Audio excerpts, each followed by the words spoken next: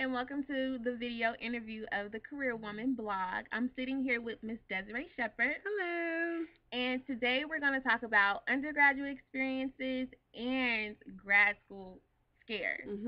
So, Miss Des, what school do you go to? I go to Cal State University, Monterey Bay. And how do you like that? I actually love it. It's a very small campus. However, that's something I do prefer. I like to know my professors, and I like for them to know me on a first-name basis, opposed to number 264. True. So, and also getting to know the students within my classes. The smaller campus is something completely for me. And what's your major? My major is human communications with a concentration of journalism and media studies. Okay, so we're here to talk about grad school. What are your thoughts in general about grad school? For me, grad school is a complete fear right now. I am just so timid and flustered by it.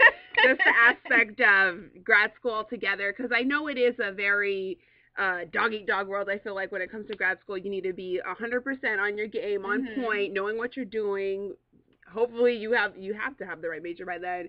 So just the whole aspect of grad school and being on that level, I'm very intimidated by it. Are you? Yes. So that's what you're most nervous about.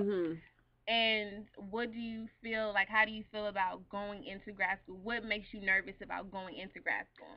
What makes me nervous about going into grad school is the fact that I don't want to go in and just feel out of place. I don't want to be surrounded by individuals who are at a higher level than me, and I feel like, how did I get here? Why am I here? Oh no. I just want to be I want to be on that level. I want to feel like this is where I'm supposed to be. This is where I belong. I just don't want to have that fear of not feeling like, what am I doing here? And it's true. I'm sure you're not the only person in grad school thinking that. So just go in with that mindset that I'm not the only one thinking this, okay?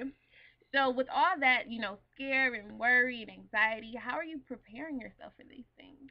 By preparing myself for grad school, I've basically I say, you have to get your feet wet. Understand, my major is journalism, so I have last semester actually I wrote for the Outer Realm newspaper, which I know you did as well. Yes. So I just, getting a feel for writing stories, going out, finding the top story, and then editing it to make it that it's,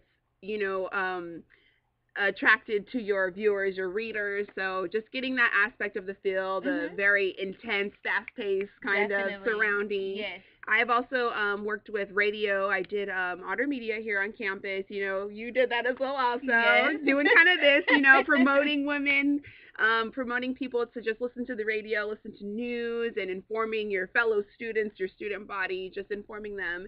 And as well, I have been looking online at the different kind of grad schools and what their requirements are for students. Right.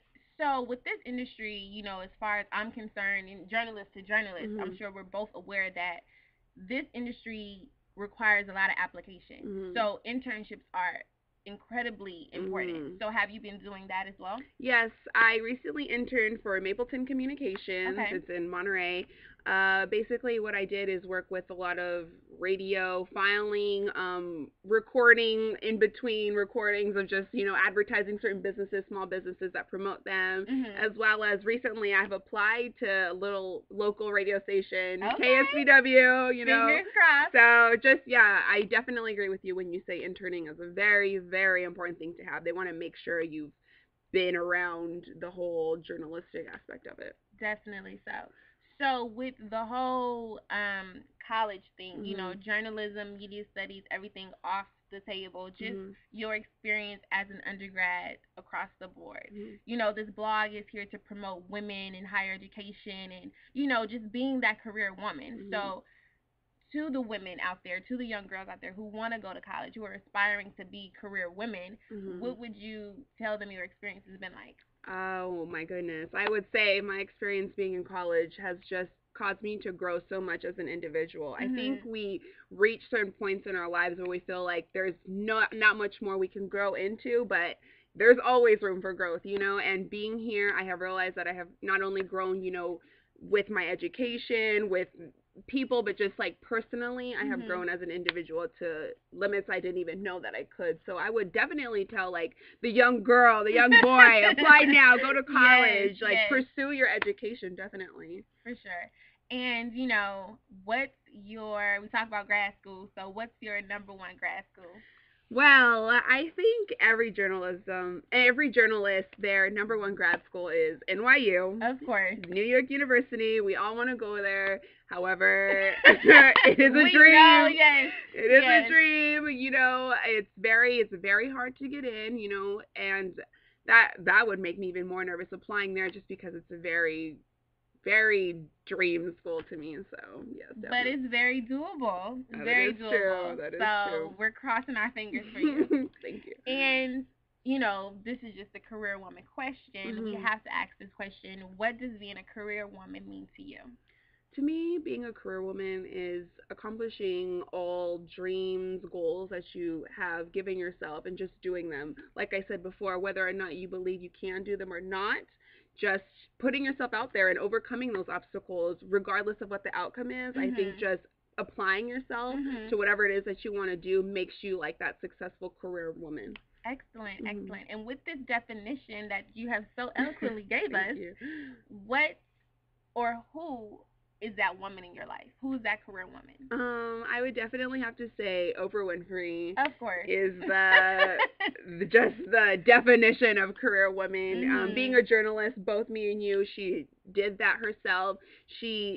What I admire about her is that she wasn't born into, kind of like, oh, she had a father who was in the business or whatever. She had to work from the ground zero and worked her way all the way up. And very true. And also being a woman of color, she had to, even prove herself even more, not give 100, but give 120%. And now she's the most well-known woman across the world. So she's very inspirational to me.